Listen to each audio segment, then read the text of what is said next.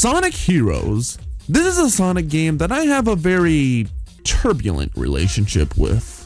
Generally speaking, I think Sonic Heroes is a good Sonic game, as opposed to the Sonic Adventure games where they are good, bad Sonic games. What I mean by that is that the Sonic Adventure games sucked, but they had qualities that made them worth playing. But Sonic Heroes is a game that is pretty good, but it has a lot of negatives that brought down the overall quality of the game immensely. It's a very confusing game for me to review, honestly. I don't know if you guys remember, but if you've been a long-time subscriber of this channel, you probably would remember that back then I used to freaking hate this game with a burning passion. In fact, I'm pretty sure I made like 3 different reviews of the game just talking about how much I hated it. And the reason why was because, well, I was a young game reviewer at the time. I thought I just needed that one game that I hated more out of any other game. You know, like the Stimpyland had Wrath of Cortex, AVGN had Dr. Jekyll and Mr. Hyde, and Clement had Sonic 06, and so on and so forth. The point I'm trying to make here is that my negative reaction of the game was more inauthentic. I do recall not liking the game, but I don't think it was that bad. Hell, I still don't think it's that bad. However, I do have some critiques for the game, so let's get into it. This is my review of Sonic Heroes.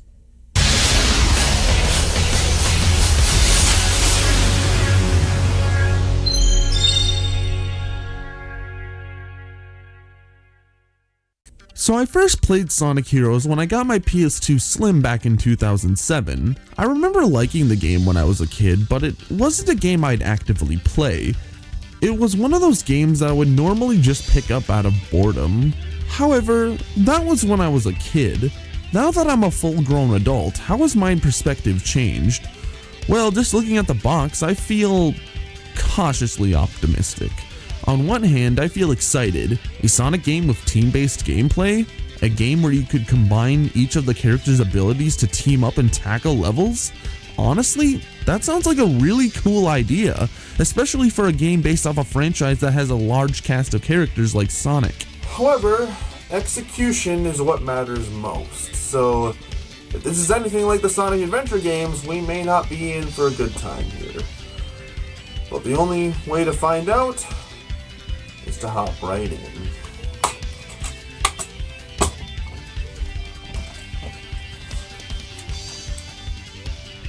Sonic Heroes allows us to take control of 4 different teams. Team Sonic, comprised of Sonic, Tails, and Knuckles. Team Dark, comprised of Shadow, Rouge, and Omega.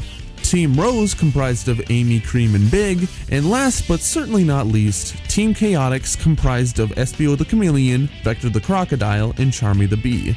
Like the Sonic Adventure games, each team has their own story that ties into one narrative. Each team has a basic incentive as to why they're on this adventure. However, all the team's stories end at the same place. The main plot point of the story is that Metal Sonic is back and wants to copy all of the data from each of the teams to make himself the ultimate life form, aside from Shadow. So basically, Metal Sonic is doing some naughty stuff and it's your job to spank him silly. That's honestly what the plot boils down to, and I honestly don't really like it.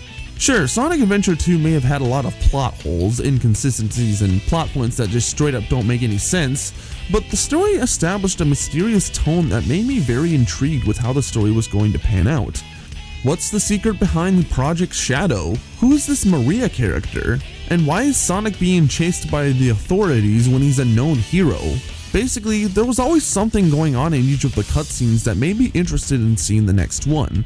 Sonic Heroes doesn't really have that many cutscenes, and the ones they do have are very short, and don't really have much. They also just look really ugly. I'm sorry, but this CG has some of the worst lighting I've ever seen. Like, the models aren't bad, a bit over animated, sure, but they aren't bad, but the lighting looks so unnatural. As for the in-game graphics, I'm kinda mixed. On one hand, this is probably the best looking Sonic game aesthetic-wise. I don't think there's ever been a 3D Sonic game, even to this day, that actually looks this vibrant and colorful. However, the models and animation look about on par with a Dreamcast game. Sonic Heroes was released between 2003 and 2004, and there were plenty of games released in this time period that look way better. However, I kinda like how bad it looks. Like, yeah, the textures look muggy and the character models aren't animated too well, but I always had a nostalgic fondness for the graphics in this game.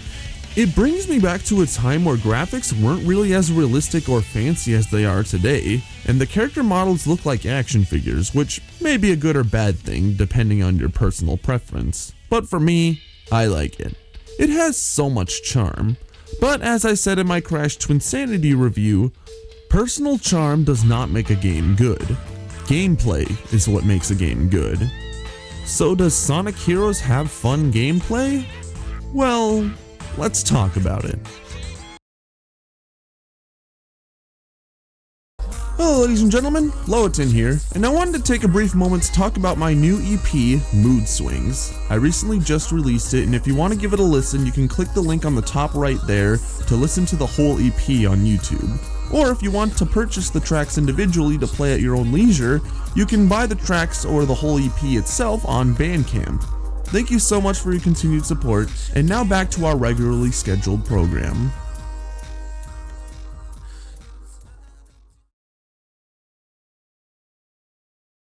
Alright, so you get 4 different teams to control. So does this mean that each team has a completely different gameplay style?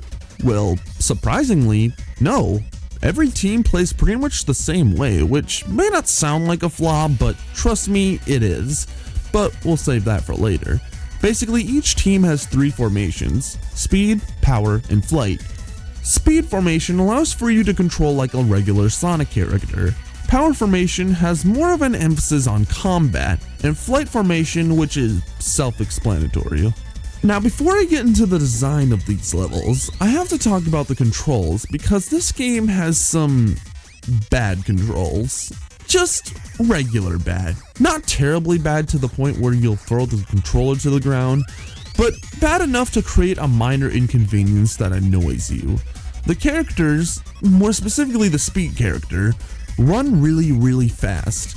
And you're probably thinking, Loatin, it's a Sonic game. Of course you're going to run fast. But no. This is basically Sonic Adventure's physics engine, but with the speed doubled. And this isn't just an assumption. Hackers and modders have actually looked into the game's code to figure out why the controls are the way they are, and this is why. The surprising, especially given how tight the controls were in the last game, is how slippery Heroes is. And that's something you always hear about it, but why does it feel this way? I asked a few prolific members of the Sonic hacking community, and according to them, Heroes is actually built on the same foundation as the Adventure series, with quite a bit of code shared between them. However, in Heroes, Sonic's max speed and acceleration have both been quite arbitrarily doubled. Granted, it's not a terrible thing because the levels are designed well enough to accommodate the speed, but when you have to run around areas with bottomless pits, then you will have a miserable time. And also, the team-up mechanics are weird? A lot of the quote-unquote puzzles in this game are really basic. I mean, they're so basic that all it does is just involve you switching to the appropriate character and pushing a button or two to complete it. And it works, but it's not that fun. The common issue that game developers, including myself, have had focusing on making something that works rather than something that's fun. Yes, using Knuckles to break through walls works and sounds cool on paper, but in practice it doesn't really feel that satisfying, especially when you do it over and over and over again. I feel like the best way to fix this issue is to create levels that aren't entirely linear, similar to the 2D classic games, and I guess this is a good segue to talk about the level design. Sonic Heroes level design is fine. It's not bad, but it definitely could improve. They feel too linear for a game that has so many different mechanics for one player. However, that's not to say that having levels that are too linear are doomed from the start. I'm going to divulge here for 1 second to talk about one of my favorite games of all time, Tak: The Great Juju Challenge. This was the last game in the Tak and the Power of Juju series. No. We don't talk about that one. That one doesn't count. I want to give a little bit of development history first because Tak and the Great Juju Challenge, just like Sonic Heroes, was rushed. The game was being developed by Avalanche Software, which was going through a buyout with Disney, but were still contracted with Nickelodeon to make one more Tak game. As a result of such, they decided to reuse assets from Tak 1 and 2 and make Tak 3 a team-based game. The levels in this game are linear, but each of the levels have a timer, which incentivizes you to beat the level fast. Tak and Locke have multiple different abilities that they can use to work together to solve puzzles, like having to hoist Tak up to a higher ledge, or get past a lake with Tak so he can create a bridge for Locke since he can't swim, etc, etc, etc. And the level design is developed to be challenging, but not too challenging, because while the developers wants the players to use their brain, they don't want them to do it for too long because they're on a time limit. It's about finding a decent balance with difficulty regarding level design and mechanics, and I personally think that Tak 3 does this perfectly. Sonic Heroes is different in the sense that I can see the potential, but it is marred by really lackluster design, and it makes me sad because I know for a fact it's only because of the rushed development. A lot of fan games and fan hacks have taken on the teamwork gameplay themselves, and they always seem to make it way better than what Sonic Heroes actually did. One of my favorite fan hacks is Sonic Classic Heroes, a fan hack of the first two Sonic games where you can switch between Sonic, Tails, and Knuckles, and despite the fact that these games were not designed to have teamwork gameplay in mind, they're much more fun to play because they just feel better to play. Sonic Heroes just feels like a very unpolished Sonic game. This game has a lot of glitches, and look, I've went on record saying that I don't think that glitches break a game. As long as the game isn't broken to the point where it hinders my casual experience, then there's no major harm done. But Sonic Heroes feels really jittery. My least favorite levels in this game are the Rail Canyon levels. These levels are already bad for being heavily automated to the point where you're doing nothing for the first few minutes of the level, but the rail switching is completely busticated. There are many times where you could switch to another rail only to fly off and fall to your death. What about the part where you're in the pinball level, where you reach the end of the pinball section and you switch your character so you can solve the puzzle, only to bring yourself back to the pinball board because your AI doesn't follow you after you complete the pinball board? I'm sorry, but that's not a glitch that should have gotten past QA. You know, for all the trash talk I've given this game, you'd think that I dislike it, but I really don't. It's just that this game has a lot of good ideas that I don't think were properly implemented. And this game does have a lot of good things about it. I like the fact that the game focuses on one-made style of gameplay, which automatically makes it better than the Sonic Adventure games in my opinion. I really like the music, even if the main theme is my most hated song ever. And when you get a decent flow, the game is really fun to play, but I feel like for every pro, there's a con. Like, the first boss is fine, it's just a regular Eggman bot you attack until it gives up. The second boss is pathetically easy, being a team battle, and the third boss is just an enemy gauntlet. And the next three bosses after that are just recycled versions of the first three, which already weren't the best, so it just kinda sucks. I genuinely feel like Sonic Heroes is the textbook example of an average 3D Sonic game. It doesn't have any aspects to enhance or hinder the experience. It just feels like a mixed match of random gameplay elements just slammed together into one, making a very average game. I don't really come back to this game that much, as it just doesn't deserve it. But I also don't think that it deserved the harsh reviews that I gave it so many years ago. I'm going to be making a truly honest review of this game.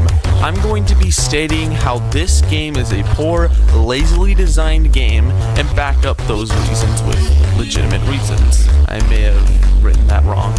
Now, after all the shit I've said so far, is this game really that bad? Well, yeah, it is. It's fucking atrocious. I think I can say with confidence that I've grown a lot since then. And the fact of the matter is that Sonic Heroes is just an average game. It's not necessarily good, it's not necessarily bad, it's just, average. It quite literally has an equal amount of good qualities as well as bad qualities. But, despite being an average game, I still think it's a damn interesting one. This was the first Sonic game to be multi-platform. It's the Sonic game that has the most playable characters, and if I'm not mistaken, it was the last Sonic game to use the original voice cast, like Ryan Drummond, David Humphrey, and Dean Bristow, who unfortunately passed away afterwards. Sonic Heroes is a classic, modern Sonic game. One that I definitely recommend you guys to go check out. It may not be the best game, but it's definitely not the worst, and hey, you might have a way better time with the game than I did. Or you might not. With that said, I am the Lowerton17. Thanks for watching.